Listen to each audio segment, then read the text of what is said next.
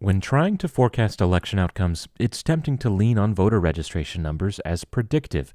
After all, a plus 7% registration edge has to count for something, right? Well, not really, or at least not always.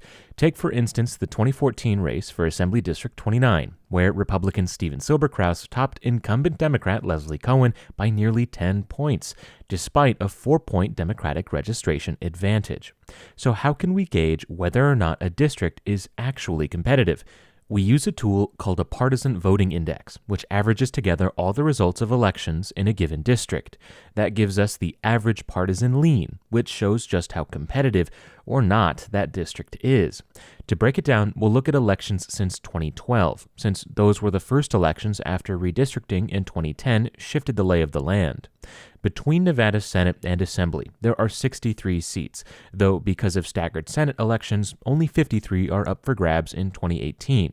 Of those seats, only 8, 3 in the Senate and 5 in the Assembly, are swing districts, where it's truly anyone's game. And only one, Senate District 6 in Las Vegas, has had consistently close elections. The others have competitive partisan leans only because of wide swings year to year.